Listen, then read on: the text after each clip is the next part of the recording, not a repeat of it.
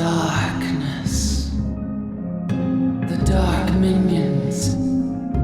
Hey, Mr. Editor, I think that this outfit and background do not contribute to the message you are trying to convey. Yes, darkness, you're right. I'll try something else. That's more like it.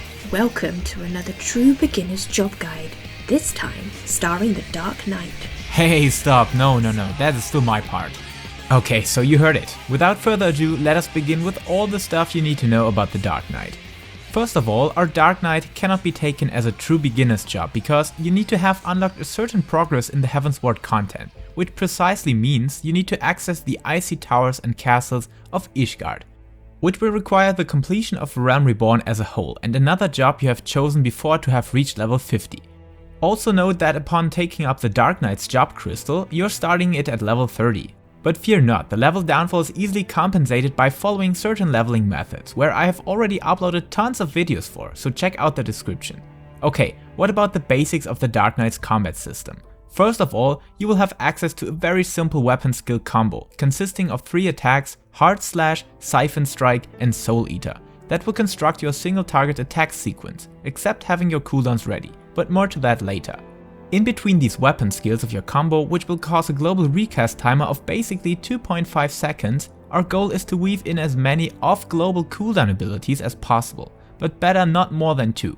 Examples are Edge of Shadow, Abyssal Drain, Salted Earth or many others, so from this section alone you will run into a true button masher, but a very strategical and enjoyable nonetheless. And this will highlight the impression of the overall combat speed a lot, and 1 or 2 OGCDs should therefore always come after each of your weapon skills, as long as you're in good MP condition, which directly leads us to the next topic.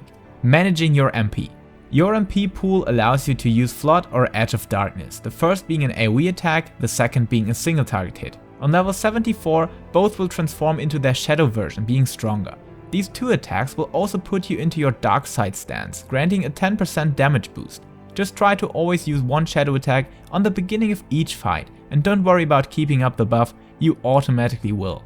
As MP will regenerate through time, you can frequently use these attacks, but should always try to use them when your party throws out their big support, or in dungeons use Flood of Shadow when many targets are available. Sounds fairly easy, right? But there's another very special tool costing MP, which is the Blackest Night, learned at level 70. Before you reach that level, the Dark Knight may feel a bit squishy, but at least then everything changes and you're engulfed in darkness and sturdiness.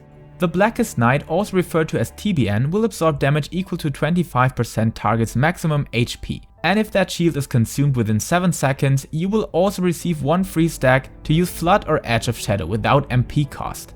So in the best case, you will use this as much as possible and keep trying to let the shield be absorbed in that 7 seconds duration. And note that it can also be applied to other friendly targets, which can be very helpful to some party members to survive certain raid mechanics or in dungeons when your healer has taken a slight peak of enmity.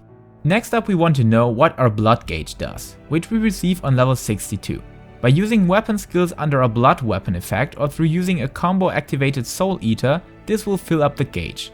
These gauge points are required to make use of Blood Spiller and Quietus, the first being strong on single targets, and should still be used when 2 or less enemies are around, while Quietus on level 64 deals insane waves of damage to 3 or more targets.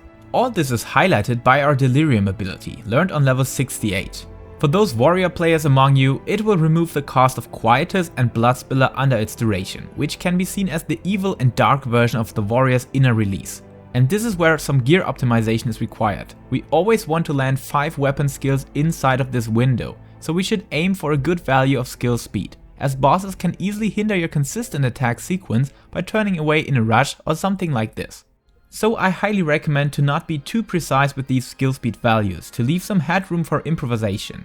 Just head for high item level gear and choose those pieces that have skill speed and other good stats on them, and avoid those with tenacity mostly.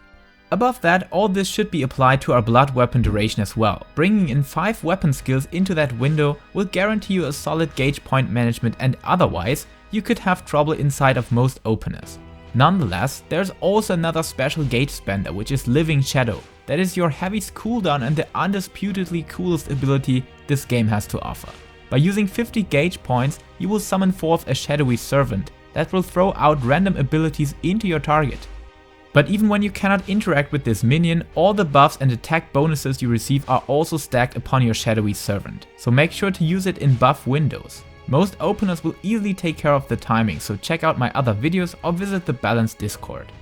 Another thing to mention is that this shadowy servant will cleave with all of its attacks, so using it for a big pack of mobs inside of dungeons can pay out very well. Just go for it when you have stacked up gauge points or when many targets are around.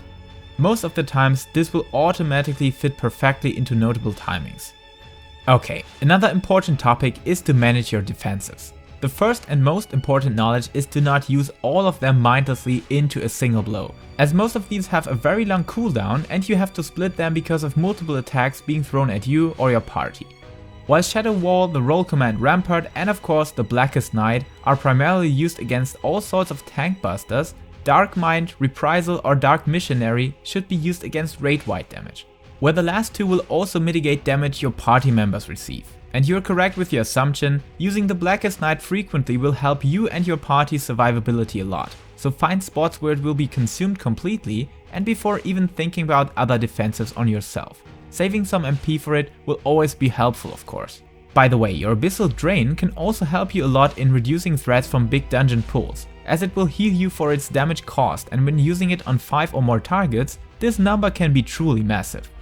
Last but not least, Living Dead. For you healers watching this video out of curiosity, the next topic is more important for you than it is for the Dark Knight itself. Living Dead is your oh shit button that can be used as emergency survival or for skipping or reducing the threat of certain big split tank busters.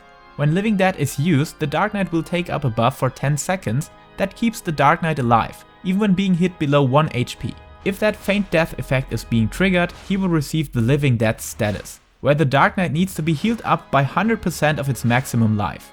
So, whatever happens elsewhere, you have to heal your precious Dark Knight now, and you have around 10 seconds to make that happen. Otherwise, he will die a demotivating and cruel death. So make use of spells that will grant 100% of target's HP like Benediction. Those are very heavy buffed single target heals, but whatever you do, heal your already rotting tank ASAP. Okay, that is mostly everything crucial. Everything else is just reading your tooltips and abilities correctly. Remember that it's a feature and not a ballast, so go through all your spells and abilities and familiarize yourself with your toolkit. And if you want to dig deeper into the Dark Knight's theory, AoE damage, gearing things or opener rotations, check out my comprehensive Dark Knight guide or visit the balanced Discord or website. A big shout out to TemTem again for giving life to Desperia with her adorable voice. By the way, she also produces Final Fantasy XIV content, so you should definitely check out her channel, The Extended Metaphor, on YouTube, all found in the description. Thanks as well to my patrons, and to all of you for checking out this video and for supporting my channel. Until next time, stay safe, visit my Twitch channel for live streams, and keep loving Final Fantasy.